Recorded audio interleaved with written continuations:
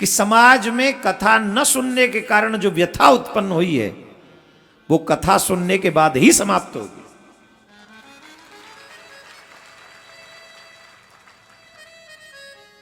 कथा आपको सिखाती क्या है? मेरे को कई बार बड़ी आती है मन में, हमारे ही तथाकथित कुछ लोग कहते हैं अरे कथा में बैठकर अपना टाइम खराब कर रहे हैं। टाइम खराब कर रहे हैं? फिल्म देखते समय हम लोग अपने टाइम का सदुपयोग कर रहे हैं क्या? चलो मान लो कथा में हम अपना टाइम खराब कर रहे हैं, तो फिल्म देखकर क्या कर रहे हैं हम टाइम का? सीरियल देखकर हम क्या कर रहे हैं? अपने दोस्तों के साथ कैफे में बैठकर हम क्या कर रहे हैं? घर में पत्नी बैठी है, तुम दूसरों के साथ बैठे हो कैफे में, क्या कर रहे हो आप? इसकी आप एजुकेशन यही पाई है क्या? घर में बीवी तुम्हारे लिए पराठे बना रही, चाय बना रही, मेरा पति आएगा, और तुम घूम रहे हो थिएटर में, तुम घूम रहे हो होटलों में, तुम घूम रहे हो इधर उधर। यह तुम्हारी एजुकेशन, यह सिखा रही है, और उसमें सदुपयोग है। तुम्हें होटलों में जाने से रोकती है कथा, तुम्हें मूवी थिएटर जाने से रोकती है कथा, तुम्हारे दिमाग में गलत विचार आने से रोकती है कथा, तुम्हें सदमार्ग पर चलने के लिए प्रेरणा देती है कथा, तुम्हें मां बाप की रिस्पेक्ट करना सिखाती है कथा, तुम्हें जीवन में सफल होना सिखाती है कथा, तुम कैसे दूसरों के द्वारा तुम्हारी की गई बुराई को इग्नोर करके आगे बढ़ सकते हो यह समझाती है कथा। मनुष्य जीवन प्राप्त करने के बाद उस अदृश्य शक्ति को कैसे प्रकट कर सकते हो, अपने जीवन को सदमार्ग पर लेके जा सकते हो, और जो तुम्हारा एम है मनुष्य जाति का एम है, गोल है, उसे कैसे प्राप्त कर सकते हो, यह भी ज्ञान देती है तुम्हें श्रीमद् भागवत कथा। जो मनुष्य मन लगाकर कथा सुनते हैं उनके जीवन की सारी व्यथा नष्ट हो जाती है। इसलिए कथा जीवन का मोस्ट इंपॉर्टेंट पार्ट है। कथा नहीं सिखाती काम छोड़ दो, कथा कहती काम करो, साथ में कथा सुनो। कथा नहीं कहती कि बाबा जी हो जाओ, कहती है तुम गृहस्थ में ही रहो, लेकिन कथा सुन के सीखो गृहस्थ कैसे चलाना चाहिए। 4 दिन लड़ाई हो जाए, घर छोड़ के भाग जाते हैं हस्बैंड वाइफ, यही हाई कोर्ट, तमाम लोग, तमाम केस पेंडिंग पड़े। पूछो जज साहब से कितने, बताएंगे जज साहब आके जब भी आ जाए कोई। किस लिए? क्योंकि हमारे हृदय में सहनशीलता नहीं है, हम अपने रिश्तों की मर्यादा को नहीं जानते हैं। ये सिखाती है कथाएं।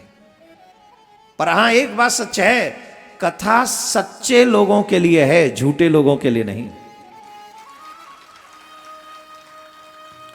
जो मनुष्य जीवन को सफल बनाना चाहते हैं, इस जीव से ईश्वर तक की यात्रा करना चाहते हैं, उनके लिए है कथा। ये कथा नशेड़ी और इन लोगों बुरे लोगों के लिए नहीं, जो वो समझेंगे नहीं, उनकी समझ में आएगी नहीं। एक व्यक्ति ने कहा, हाँ एक पढ़ा लिखा व्यक्ति, बड़ा टाई वाई लगाकर, ध्यान से सुनना, इसी संदर्भ में एक बात याद आ गई मुझे।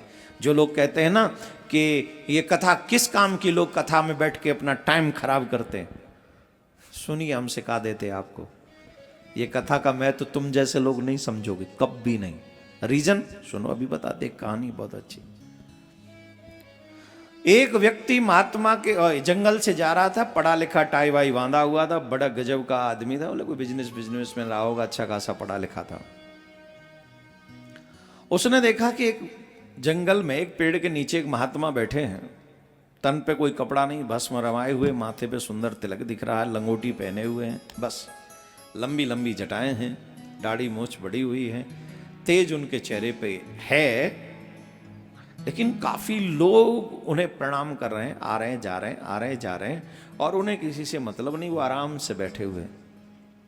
अच्छा, उस व्यक्ति को परेशानी हुई, वो व्यक्ति सोचने लगा कि इस व्यक्ति में ऐसा क्या है जो मुझ में नहीं है, सब लोग तो इसी की रिस्पेक्ट कर रहे हैं, बल्कि इससे ज्यादा तो पैसा मुझ पे, इससे अच्छे महंगे कपड़े मैंने पहने हुए, ब्रांडेड कपड़े मेरे पास हैं, गाड़ी मेरे पास, ये तो पक्कड़ है, भस्म लगा के लंगोटी बांध के बैठा हुआ पेड़ के नीचे, इस पे है क्या ऐसा? जो सब लोग इसकी आदर कर रहे हैं, इसकी रिस्पेक्ट कर रहे हैं, रीजन क्या? उसके मन में ईर्ष्या भी थी, जलन भी थी थोड़ी सी, लेकिन फिर भी ये जानना चाहता था कि इस पे है क्या, ऐसा इस पे क्या है जो सब लोग इसे आदर दे रहे हैं। तो वो महान बाप सब लोग जब चले गए तो वो व्यक्ति संत के पास में आया और संत से पूछा, मुझे एक बात समझ में नहीं आई, ये लोग तुम्हारी इतनी इज्जत क्यों करते हैं? तुम पे है क्या ऐसा? तुम्हारे पास तो ऐसा कोई भी चीज कीमती नहीं है जिसकी इज्जत तुम्हें ये लोग इतनी दे रहे हैं। क्या है तुम्हारे पास? मुझे नहीं लगता कि तुम्हारे पास कुछ भी ऐसा है। संत ने कहा, कुछ भी ऐसा नहीं है हमारे पास। बोले नहीं नहीं, मैं समझना चाहता हूं। बोले समझना चाहते? बोले हाँ। बोले एक काम करोगे? बोले क्या? महात्मा ने बहुत पुरानी सी अंगूठी दी उसके हाथ में, बहुत पुरानी सी एक अंगूठी, और कहा जितने भी तुम्हारे बाजार में कपड़े वाले हैं, सब्जी वाले हैं, बर्तन बेचने वाले हैं, उन सभी दुकानों पे जाओ और उनसे कहना कि ये अंगूठी रख लो और एक सोने की चैन हमें बना के दे दो। वो व्यक्ति बोला, ये कौन देगा? छोटी सी अंगूठी के 5 चैन कौन? जाओ तो चेक तो करो। अब सब्जी वाले के पास में गया, सब्जी वाले से कहा कि भैया हम ये अंगूठी रख लो और एक सोने की चेन बना के दे दो। उसने कहा पागल हो गए हो क्या? अंगूठी देख कैसी है, फटी पुरानी सी। हाँ मेरे पास आलू हैं, कहे तो 2-4 किलो आलू ले जा और जा। अरे बोले नहीं। फिर वो एक कपड़े वाले की दुकान पे गया, उससे कहा कि ये अंगूठी आप रख लो और मुझे एक सोने की चेन बना के दो। बोले पागल हो गए हो क्या? सोने की चेन कितनी लंबी होती है जानते भी हो? मान लें कि ये सोने की भी अंगूठी हुई तो कहां अंगूठी कहां चेन? फिर भी तुम कहते हो, अगर कहते हो तो 1-2 थान ले जाओ इसके बदले, अंगूठी दे दो, थान ले जाओ। बोले नहीं। बर्तन वाले की दुकान पे कहा, बोले 2-4 ड्राम ले जा, इससे ज्यादा चेन बैन कुछ नहीं मिलने तुझे। लौट के आ गया, बोले महाराज वैसे ही पागल बना रहे, इस अंगूठी के बदले तो कोई आलू दे रहा है, कोई 2-4 थान दे रहा है, कोई ड्राम बांध के दे रहा है, बर्तन दे रहा है, चम्मच ले जा, कटोरी ले जा, ये कह रहे हैं। बोले ठीक हुआ है? बोले हाँ। अब एक काम कर, सुनार के पास जा, पारखी के पास जा और उससे कहना कि एक सोने की चेन बना के दे दो। वो व्यक्ति सुनार के पास में गया, उसने वो अंगूठी देखी, उस अंगूठी में लगा हुआ वो नग देखा, उस नग को और अंगूठी को देखकर वो व्यक्ति बोला, एक चैन नहीं तुझे मैं 5 चैन दे सकता हूं। ये कौन था? सुनार, जो पारखी भी नहीं था। बोले मैं तुझे 5 चैन बना के दे सकता हूं, इसकी चाहिए तो ले ले। बोले नहीं नहीं, रुक रुक रुक। अब उसका दिमाग ठनका। एक व्यक्ति जो आलू में सिलटा रहा था फिर भी गाली दे रहा था, और एक व्यक्ति कह रहा मैं 5 चैन बना के दे सकता हूं, हाउ इज इट पॉसिबल? अंगूठी तो वही है। फिर वो किसी पारखी के पास में गया, उस पारखी ने वो उस अंगूठी को देखा, अंगूठी में लगे हुए इस नग को देखा, वो नग बेश कीमती था, अनमोल था। उसने कहा मेरी दुकान में जितना भी सामान है मैं तुझे दे सकता हूं, पर ईमानदारी से मैं इसके साथ गद्दारी नहीं करूंगा, और ये कह सकता हूं कि इसकी बराबरी फिर भी नहीं होगी। इसकी बराबरी फिर भी नहीं होगी। मैं तेरी अंगूठी के बदले सब दे दूं तो भी, क्योंकि ये नग बहुत कीमती है।